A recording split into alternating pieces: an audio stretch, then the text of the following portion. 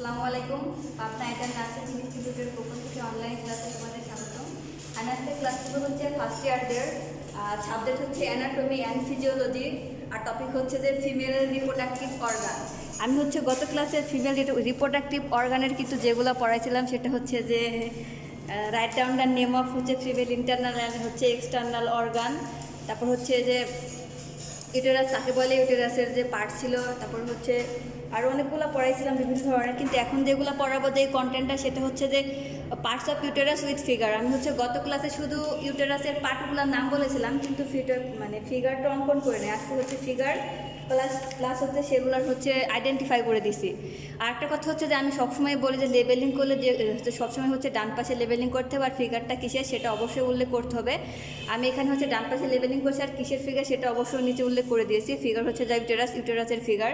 ইউটেরাসের যে তিনটা পার্ট সেটা হচ্ছে ফান্ডাস, বডি আর হচ্ছে যে সার্ভিক্স। এখানে আইডেন্টিফাই করে দিয়েছি যে কোন ফান্ডাস কোনটা, বডি কোনটা আর হচ্ছে সার্ভিক্স কোনটা।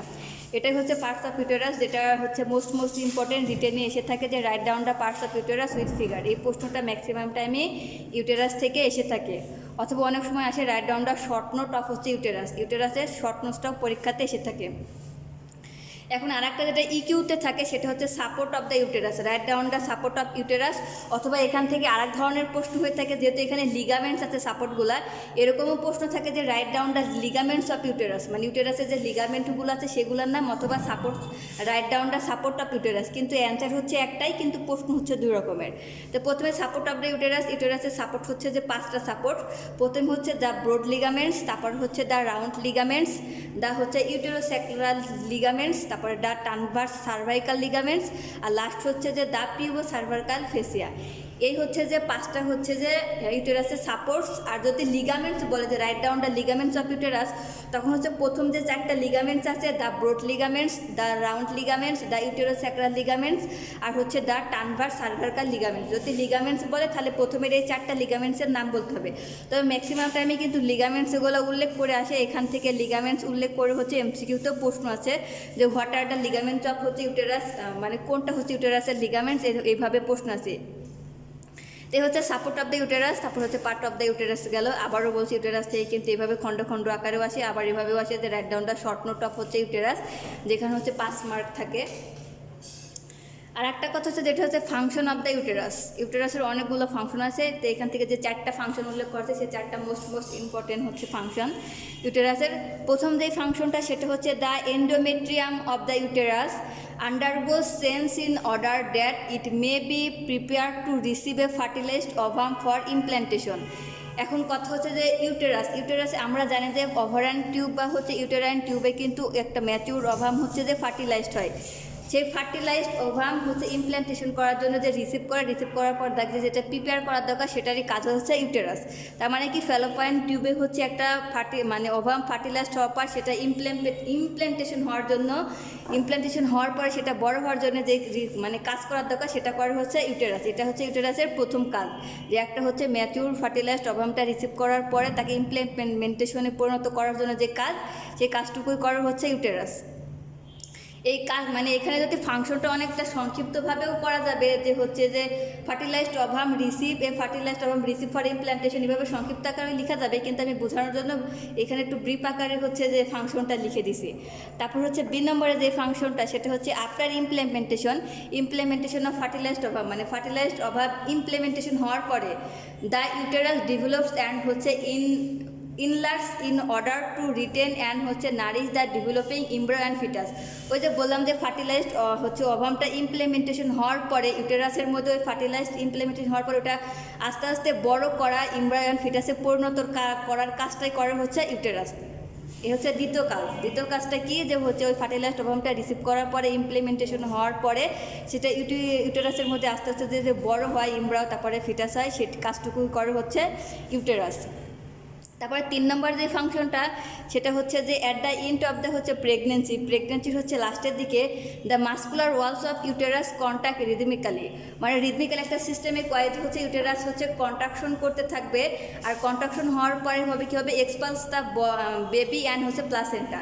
ইউটেরাসটা মাসকুলার ওয়ালটা যদি হচ্ছে একটা সিস্টেমে কয় যদি হচ্ছে কন্ট্রাকশন না করে তাহলে কিন্তু বেবি আর প্লাসেন্টা কোনোটাই হচ্ছে পাস হবে না। তাহলে বেবি আর হচ্ছে প্লাসেন্টা পাস করার জন্য হচ্ছে আমাদের ইউটেরাস হেল্প করে থাকে। আর লাস্টে যেটা সেটা হচ্ছে আফটার এক্সপ্লানশন অফ হচ্ছে বেবি অ্যান্ড প্লাসেন্টার হচ্ছে বেবি পাস হওয়ার পরে ফ্রম ইউটেরাস থেকে দেন হচ্ছে রিটার্নস টু হচ্ছে approximately its normal size by a process known as হচ্ছে ইনভলিউশন।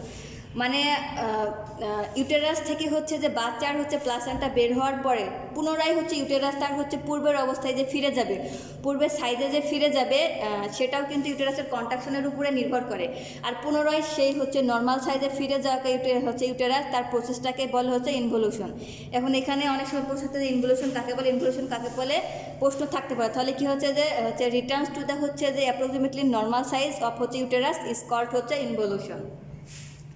তো এই হচ্ছে 4টা ফাংশন হচ্ছে ইউটেরাসের। প্রথম ফাংশন হচ্ছে যে সংক্ষিপ্তভাবে বলি যে প্রথমে হচ্ছে যে তার ফার্টিলাইজড ওভামটা হচ্ছে রিসিভ করবে হচ্ছে ইমপ্লিমেন্টেশনের করার জন্য। 2 নম্বর হচ্ছে ইমপ্লিমেন্টেশন করার পরে হচ্ছে সেই হচ্ছে জাইগোটটাকে ইউটেরাসের মধ্যে আস্তে আস্তে বড় করবে, ইমব্রায়ো, তারপর ফিটাসে পরিণত করবে, সেই কাজটা হচ্ছে ইউটেরাস করে। তারপর হচ্ছে নাম্বার 3 নম্বর হচ্ছে যে প্রেগনেন্সি থাকার পরে যখন হচ্ছে যে ডেলিভারি হবে বাচ্চা প্লাসেন্টা, সেই ডেলিভারির সময় হচ্ছে যে আমাদের হচ্ছে ইউটেরাসটা কন্ট্রাকশন করবে। কন্ট্রাকশন হওয়ার কাজ সিস্টেমিক্যালি সেই কাজটা হচ্ছে ইউটেরাস করে। আর বাচ্চার প্লাসেন্টা বের হওয়ার পরে সেই ইউটেরাসটা তার পুনরায় পূর্বের অবস্থায় ফিরে যাবে, সে ফিরে যাওয়ার ক্ষেত্রেও হচ্ছে যে মাসকুলার ওয়ার্ডে কিন্তু ওইখানেও কন্ট্রাকশনের প্রয়োজন আছে, সেই কাজটাও করে হচ্ছে ইউটেরাস। এই মোস্ট 4টা হচ্ছে ফাংশন হচ্ছে ইউটেরাসের। আর হচ্ছে যে কোনো জিনিসের যদি বলে যে এবার হচ্ছে একটা প্রশ্ন এসেছিলো, দেখলাম আমি যে তোমাদের হচ্ছে বোর্ড পরীক্ষায় যে হচ্ছে ডেসক্রাইবটা হচ্ছে হার্ড। এখন অনেকেই এই ডেসক্রাইবটা হার্ড এটা কিভাবে লিখবে, ঠিক সেম প্রশ্ন এখানে এরকমও আসতে পারে যে হচ্ছে ডেসক্রাইবটা হচ্ছে ইউটেরাস। তখন অনেকেই ভাবে যে ইউটেরাসের এখানে অ্যাকচুয়ালি কী চাইছে। যখন ডেসক্রাইবটা ইউটেরাস কিংবা ডেসক্রাইবটা হার্ড কিংবা ডেসক্রাইবটা আদার কিছু চাইবে, তখন তোমার যতটুকু পুঁজি আছে আগে দেখবে নাম্বারটা কত মার্কের অ্যান্সার, যদি 5 মার্কের হয় 10 মার্কের হয় সেই অনুযায়ী তুমি সেটার বর্ণনা দিবে। প্রথমে ডেফিনেশন, তারপর হচ্ছে আদার যদি কোনো পার্ট থাকে, লেয়ার থাকে কিংবা হচ্ছে সাপোর্ট থাকে। যেমন এখানে হচ্ছে ইউটেরাসে আমি পড়াইছি হচ্ছে ইউটেরাস কাকে বলে, তারপর হচ্ছে ইউটেরাসের পার্টস, ইউটেরাসের সাপোর্ট আর হচ্ছে লিগামেন্টস, তারপরে ইউটেরাসের ফাংশন। এখন যদি এখানে এই ধরনের প্রশ্ন থাকে যে ডেসক্রাইবটা হচ্ছে ইউটেরাস, তখন আমরা চেষ্টা করবো যে হচ্ছে ইউটেরাস কাকে বলে সেটা ডেফিনেশন দেওয়ার, তারপরে ইউটেরাসের পার্টটা দেওয়ার, তারপরে হচ্ছে সাপোর্ট দেওয়ার, ফাংশন দেওয়ার। মানে যতটুকু আমার ধারণা আছে ইউটেরাস সম্পর্কে ততটুকু সেটা দেওয়ার লেখার চেষ্টা করব। এই প্রশ্নটাই হচ্ছে ডেসক্রাইবটা হচ্ছে যে ইউটেরাস। অথবা এরকমও থাকে right down the short note of হচ্ছে ইউটেরাস।